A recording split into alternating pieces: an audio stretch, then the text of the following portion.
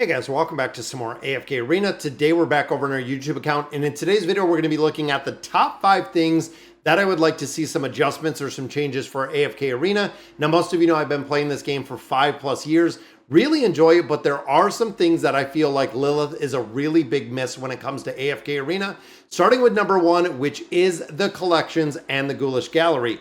Now, if you're like me right now, you don't have the ability to actually run the Ghoulish Gallery to get any of the high level collections, because we don't have the ability when you start looking in here to get any of the arcane staffs. So if you're not buying them on a regular basis with diamonds, you're not going to have the ability to do the summons because there is no way to naturally get these out of gameplay. I believe we might get maybe 5 or 10 out of a treasure scramble. If you're a high ranking individual, you might get a couple out of there. I believe the last iteration I got 6, but again, that is scoring in the top 100 to get very, very minimal arcane staffs. Now to correct this, or my thoughts behind it, is they need to add it to AFK rewards, or they need to add it to daily rewards.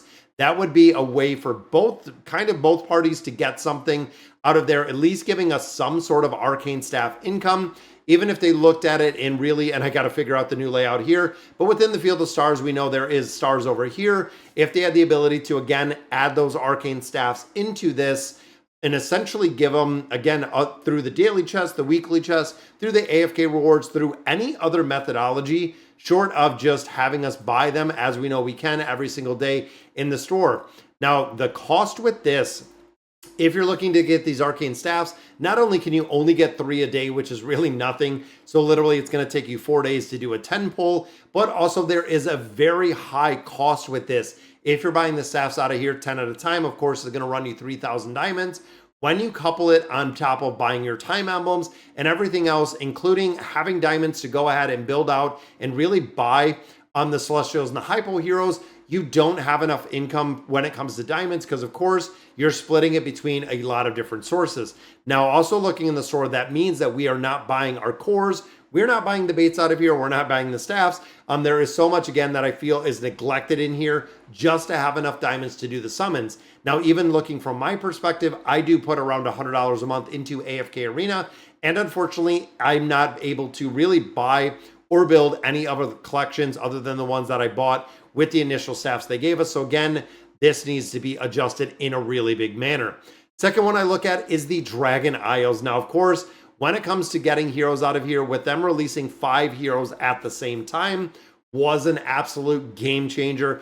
Now, the problem that I see is there are super limited ways to actually get these, unless, of course, you want to spend all your diamonds. Now, for a majority of people, again, looking at your Celestials and your Hypos, if you want to build those out, there are so many places that we can spend diamonds in this game, including this. Now, the cost, remember, if you're doing a 10 summons in here short of using your scrolls, is going to run you 5,000 diamonds per pull. That is right. You're looking for more of a basic hero, which we know these heroes are not on par with the Celestials and the Hypos, and they are the same. They are those 5,000 diamonds to pull. I know here, I believe it is every 3 pull, like the pity timer, that you're going to get the copies. But these heroes, utility-wise, are nowhere even in the same division that we're seeing our Celestials and our Hypos. And then, of course, when it comes to the temple itself, we have 5 out of here. And again, I believe these came from the treasure scramble. But when you start looking at the ability to get Hildwyn or to get Gwen, it isn't there at all. When you think of the pulls you have to do to actually get these heroes, you're not generating or not getting enough resources. Again, unless you're putting real money into the game to get the arcane staffs, unless you're putting real money in the game to actually pick up some of these insignias, you are not going to build out these heroes. And right now, short of getting the free copies of Hildwyn, we haven't been able to build Gwen at all, or even get additional copies at this point, because again, there is really no way to farm the insignias. Even looking at the Dragon Temple, we're only getting very limited insignias every 30 days. So looking at here, and again, I bought out this Dragon Forge when it came up. So we got, what, I believe 30 insignias out of here, which is, again, every 30 days you're getting 30 of those. So possibility is you could get 1 copy of Gwen over 2 months, which is kind of insane, again, because you can't get the insignias anywhere else. And then, of course, with the gear, a lot of players kind of talk about the gear, how literally there's nowhere to get it. If you either, 101, have the hero to actually summon and be able to get some pulls, or 2, have the gear. Unfortunately, we're at a point you can't have both, and that is kind of how they kind of delved away from it. And you can see even getting to 8, I'm going to be able to get a couple more of these scrolls. But when it comes to the insignias, we're not going to be able to get them. And also looking at heroes like Gwen. Now, we bought a lot of insignias.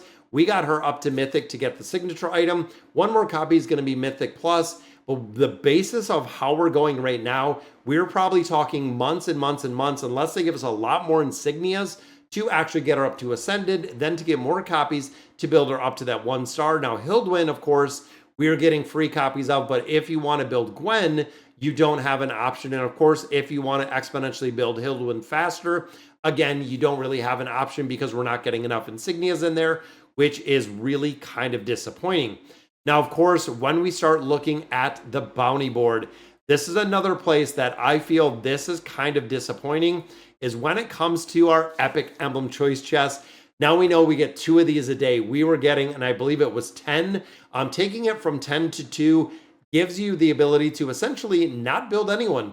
Literally, since we've had the plus 40 signature items with the epic emblem choice chest, I have not built anyone up to a plus 40 because I don't have enough chests and we're not getting enough chests to actually build them up, which again is kind of pretty sad. So we're getting 2 a day. I have 186. We know it is a couple hundred to take a hero from a 30 to a 40. The resources or the acquisition of these, you might get 10 here or there. And again, looking at some of the events, you don't even have them in there. Out of the Voyage of Wonder we just did, we did get 10 out of there. But again, when you're looking at the ability to build the heroes and needing hundreds of these epic choice chests, again, this could be something that could be alleviated with putting it into the Field of Stars, putting in more of these possibly into, or a better rate within, essentially going in the campaign, but putting more of them in here, having the ability to actually pull more resources out of the AFK timer, and of course, putting more resources when it comes to campaign progression. Now we know we had the attrition rate here of our dragon emblems, but when you start scrolling down here, that's right, there are 0 when it comes to the epic choice chests or the epic emblem chests. We don't have the possibility to get them. And again, they are super limited if you want to buy them. And I don't know if they're up in the store right now, but if you want to buy them, they are epic expensive. I believe it is 2,000 or 3,000 gold, or 2,000 or 3,000 diamonds, excuse me. If they had them for gold, that would be game changing, even if they had red. But even looking there, they are super expensive. Now we know a couple of these things have been added to a few different game modes. But again, when you start looking at these game modes, is you're cutting the resource acquisition, especially now because we have Rimuru, because we have Shuna, because we have both of these heroes, all of the resource acquisition for pretty much everything, going through the guild store, going through the barracks, going through the labyrinth store, going through the challenger store. If you're saving all of your resources for the 2 new dimensional heroes, we know that are going to be acquisition in about, what, 50 days as of right now. You now have 0 ability to pretty much build anything for the next 2 months, and we know an Awakened hero is on the horizon. In addition, not being able to pull anything out of the store means that you're not going to have the ability to essentially build out Rimuru and Shuna. And then, of course, with the Awakened version of Antanda on the horizon, you're not going to have the ability to build that hero out either because you need the resources that you're not getting from the generation. Now, of course, one thing that I definitely, and one of my big pet peeves, is right here in the events. Looking at the circus store, looking at the magician's hat, looking at all of the events that we have. I love the events themselves. However, they need to update these shops. They need to update these stores. Even looking at the heroes that we can choose out of here, guys, it's really kind of garbage. These are the same heroes that we have seen in here pretty much since these heroes have been released. They really need to put heroes that are prevalent, heroes that are in the meta formations, heroes that are going to have utility in these events. Now, of course, this is driving players to get resources out of here. So looking at your red chests, looking at your elemental cores or your baits, because of course we have no epic chests in here. As much as I would love to get some out of here, depending on the cost, we don't have the ability. So looking at the baits, looking at the cores, looking at the red chests, those are the only 3 things that you can really buy. So every event that we've been seeing has been giving us just trash heroes. Because we've just been getting those trash heroes, it's been getting resources out of here to build the heroes we're getting, which again is kind of disappointed. I was hoping that there would be some updates in a bunch of different places in AFK Arena, and unfortunately we haven't been seeing it at all. So I'm hoping that they do pay attention And of course, the biggest miss that I felt, and we have been preaching this for multiple years at this point, it's been about 3 or 4 years, is the functionality and the utility of the guild.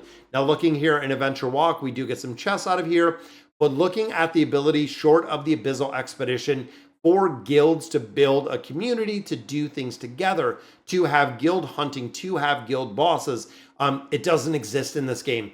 I have seen a couple games and played a couple games where the boss aspect is just absolutely phenomenal. It's based on the collaboration of how an entire guild performs, based on the build, based on the bosses, and also the bosses got progressively stronger. So it got to a point where, let's say we went through 10, 15, 20 bosses, and even thinking of Idle Heroes and a few other games that have done this, is you get to kind of an infinity mode where, depending on how much damage the guild does in its entirety, is based on the resources that are going to be produced and distributed among the guild. Now, they also had the ability, and a few different things that, again, I've seen in a couple games, is when you're going in here, let's say everybody scores, and again, very similar to AFK Journey, where everybody, based on progression, so based on how active you are in the guild, how many things you do on the guild, how many boss attacks you get, you're getting specific chests with resources out of there, and then giving the guild master the opportunity to assign additional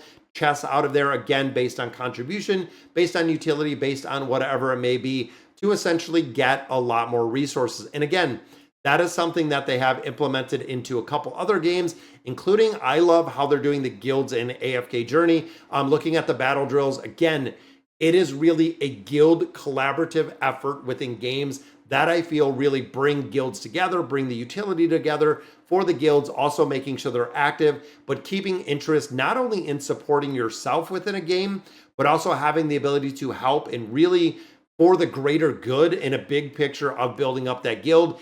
I feel like, again, this is a massive miss when it comes to this game. Again, short of the Abyssal Expedition, they could do so much more in here.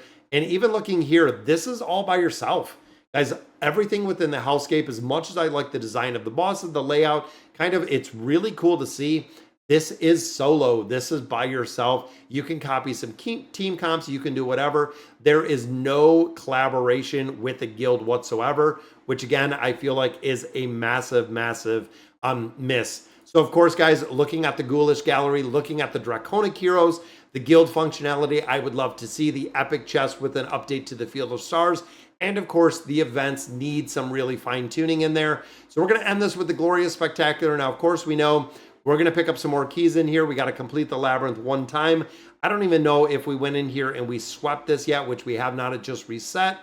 But still looking for essentially that chest we're going to get out of here. And again, if you use all of your 100 keys, you should get the chest in its entirety. There we go. So we get very minimal resources. I mean, even looking at 10 Twisted Essence, that's going to take a long time for the Elder Tree.